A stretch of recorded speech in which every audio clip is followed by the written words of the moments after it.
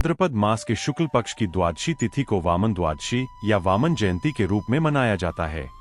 प्राचीन धर्म ग्रंथों के अनुसार इसी शुभ तिथि को श्री विष्णु के अन्य रूप भगवान वामन का अवतार हुआ था। श्री वामन भगवान विष्णु के अवतार है। त्रेतायुग के प्रारंभ होने में भगवान विष्णु ने बक्सर में मां गंगा के तट पर सिद्धाश्रम स्थल पर वामन रूप में देवी अदिति के गर्भ से उत्पन्न हुए। इसीलिए इस स्थान को वामन जन्मस्थली एवं वामनाश्रम भी कहते हैं। इसके साथ ही यह भगवान विष्णु के पहले ऐसे अवतार थे जो मानव रूप में प्रकट हुए। बालक रूपी ब्राह्मण अवतार वामन को त्रिविक्रम भी कहा जाता है, जिसका अर्थ है 3 चरणों वाला देवता। दक्षिण भारत में इनके मूल नाम उपेंद्र से जाना जाता है। इनके पिता प्रजापति कश्यप थे तथा माता अदिति थीं। इनके बड़े भाई विवस्वान, इंद्र, वरुण, पूषा, अर्यमा, भग, धाता, पर्जन्य, अंशुमान, त्वष्टा और मित्र थे। तो आइए इस छोटे से वीडियो के माध्यम से जानते हैं वामन जयंती के उपलक्ष्य में भगवान विष्णु के वामन अवतार के बारे में सब कुछ। तो वीडियो में बने रहिए। कमेंट में जय वामन भगवान लिखकर हमारे चैनल को सब्सक्राइब कर ले। हम आपके लिए रोज ऐसे वीडियो लाते रहेंगे। वामन अवतार की कथा का परिचय। भारत की संस्कृति समृद्ध है और मंदिरों, विभिन्न देवताओं और उनसे जुड़ी पौराणिक कथाओं से भरी पड़ी है। माना जाता है कि संसार के रचयिता भगवान विष्णु के कई अवतार हुए हैं और भगवान विष्णु का वामन अवतार उनका 5वां अवतार है, जो वामन अर्थात बौने के रूप में है। भारतीय देवताओं की कहानियां बेहद रोचक और अलौकिक शक्तियों से भरी होती है, जहां देवता और दानव दुनिया पर कब्जा करने के लिए लड़ते हैं। इस कहानी में हम जानेंगे कि कैसे भगवान विष्णु के वामन अवतार ने उस ब्रह्मांड पर कब्जा किया जो असुर राजा बलि के हाथों में आ गया था। कहानी एक और बुराई पर अच्छाई की जीत को दर्शाती है और यह भी बताती है कि हमें ऐसे व्यक्ति को कम नहीं आंकना चाहिए जो छोटा लगता है। यह आकार, धन, सामाजिक स्थिति आदि के संदर्भ में हो सकता है। वामन अवतार की उत्पत्ति की कहानी। वामन अवतार की कथा 4 वेदों में से एक ऋग्वेद में निहित है। ऋग्वेद का अर्थ है छंदों का ज्ञान और यह चारों वेदों में सबसे प्राचीन है। ऋग्वेद की रचना वैदिक भाषा में हुई थी, जो शास्त्रीय संस्कृत का एक पुरातन रूप है। ऋग्वेद की उत्पत्ति लगभग 1500 और 1200 ईसा पूर्व के बीच भारत के उस क्षेत्र में हुई थी जो अब पाकिस्तान है। वामन अवतार की कथा। श्री हरि जिस पर कृपा करें वही सबल है। उन्हीं की कृपा से देवताओं ने अमृत पान किया। उन्हीं की कृपा से असुरों पर युद्ध में वे विजयी हुए। पराजित असुर मृत एवं आहतों को लेकर अस्ताचल चले गए। असुरेश बलि इंद्र के वज्र से मृत हो चुके थे। आचार्य शुक्र ने अपनी संजीवनी विद्या से बलि तथा दूसरे असुरों को भी जीवित एवं स्वस्थ कर दिया। राजा बलि ने आचार्य की कृपा से जीवन प्राप्त किया था। वे सच्चे हृदय से आचार्य की सेवा में लग गए। शुक्राचार्य प्रसन्न हुए। उन्होंने यज्ञ कराया। अग्नि से दिव्य रथ, अक्षय त्रोण, अभेद्य कवच प्रकट हुए। आसुरी सेना अमरावती पर चढ़ दौड़ी। इंद्र ने देखते ही समझ लिया कि इस बार देवता इस सेना का सामना नहीं कर सकेंगे। बलि ब्रह्मतेज से पोषित थे। देवगुरु के आदेश से देवता स्वर्ग छोड़कर भाग गए। अमरधाम असुर राजधानी बना। शुक्राचार्य ने बलि का इंद्रत्व स्थिर करने के लिए अश्वमेध यज्ञ कराना प्रारंभ किया। 100 अश्वमेध करके बलि नियम सम्मत इंद्र बन जाएंगे। फिर उन्हें कौन हटा सकता है। भगवान वामन का प्राकट्य। परम पवित्र भाद्रपद मास, शुक्ल पक्ष, द्वादशी तिथि, श्रवण नक्षत्र, मध्याह्न काल, अभिजित मुहूर्त में माता अदिति के सम्मुख श्याम वर्ण, पीतांबरधारी, शंख चक्र गदा पद्म और मकराकृत कुंडल धारण किए हुए चतुर्भुज नारायण प्रकट हुए। जिस तिथि में भगवान का जन्म हुआ उसे विजया द्वादशी कहते हैं। कश्यप ऋषि को भी भान हो गया कि मेरे घर में भगवान प्रकट हुए हैं। संध्याकर्म पूर्ण करके हाथ में कमंडलू लिए दौड़ते हुए जैसे ही उन्होंने घर में प्रवेश किया, उन्हें दिव्य तेज से परिपूर्ण चतुर्भुज नारायण का दर्शन हुआ। भगवान के दिव्य स्वरूप का दर्शन करने पर उनका हृदय पिघला और नेत्र आंसुओं से भर गए। भगवान ने माता अदिति से कहा मैं क्षेत्रज्ञ रूप से तुम्हारे हृदय में रहता हूँ और सब कुछ जानता हूँ। तुमने अपने पुत्रों की रक्षा के लिए यह अनुष्ठान किया है।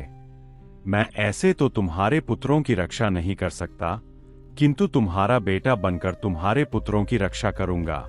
अब तुम जाओ और अपने पति में मुझ नारायण को देखकर उनकी सेवा करो।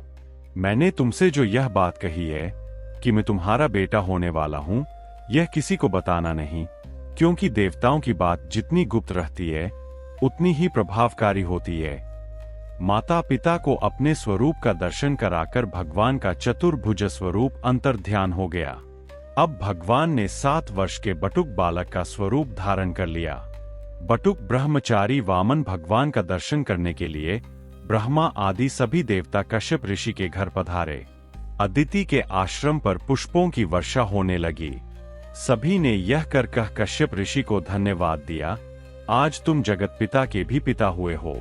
साक्षात नारायण तुम्हारे घर में पुत्र रूप में प्रकट हुए हैं। ऋषिगणों ने वामन भगवान का जन्म संस्कार और यज्ञोपवीत संस्कार कराया। वामन भगवान के यज्ञोपवीत संस्कार के समय देवगुरु बृहस्पति ने उन्हें जनेऊ प्रदान किया। कश्यप ऋषि ने मूंज की मेखला दी। सूर्य ने गायत्री मंत्र का उपदेश किया।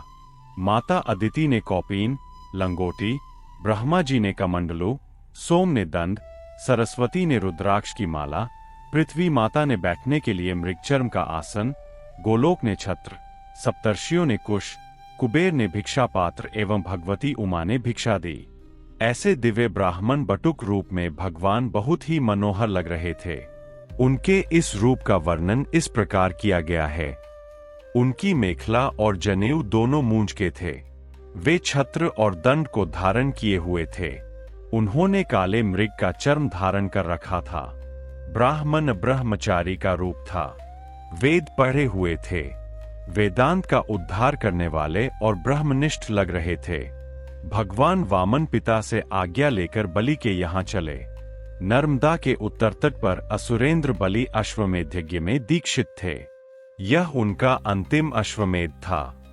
कमंडलू लिए, जटाधारी, अग्नि के समान तेजस्वी वामन ब्रह्मचारी वहां पधारे। बलि, शुक्राचार्य, ऋषिगण सभी उस तेज से अभिभूत अपनी अग्नियों के साथ उठ खड़े हुए। बलि ने उनके चरण धोए, पूजन किया और प्रार्थना की कि जो भी इच्छा हो वे मांग लें। मुझे अपने पैरों से 3 पद भूमि चाहिए। बलि के कुल की शूरता, उदारता आदि की प्रशंसा करके वामन ने मांगा। बलि ने बहुत आग्रह किया कि और कुछ मांगा जाए, पर वामन ने जो मांगना था वही मांगा था। ये साक्षात विष्णु है। आचार्य शुक्र ने सावधान किया, समझाया कि इनके छल में आने से सर्वस्व चला जाएगा। ये कोई हो, प्रहलाद का पौत्र देने को कहकर अस्वीकार नहीं करेगा। बलि स्थिर रहे। आचार्य ने ऐश्वर्यनाश का शाप दे दिया। बलि ने भूमिदान का संकल्प किया और वामन विराट हो गए। एक पद में पृथ्वी, एक में स्वर्गादि लोक तथा शरीर से समस्त नभ व्याप्त कर लिया उन्होंने। उनका वाम पद ब्रह्मलोक से ऊपर तक गया। उसके अंगुष्ठ नख से ब्रह्मांड का आवरण तनिक टूट गया। ब्रह्म द्रव वहां से ब्रह्मांड में प्रविष्ट हुआ। ब्रह्मा जी ने भगवान का चरण धोया और चरणोदक के साथ उस ब्रह्मद्रव को अपने कमंडलू में ले लिया। वही ब्रह्मद्रव गंगा जी बना। तीसरा पद रखने को स्थान कहा है। भगवान ने बलि को नरक का भय दिखाया। संकल्प करके दान करने पर तो नरक होगा, इसे मेरे मस्तक पर रख ले। बलि ने मस्तक झुकाया।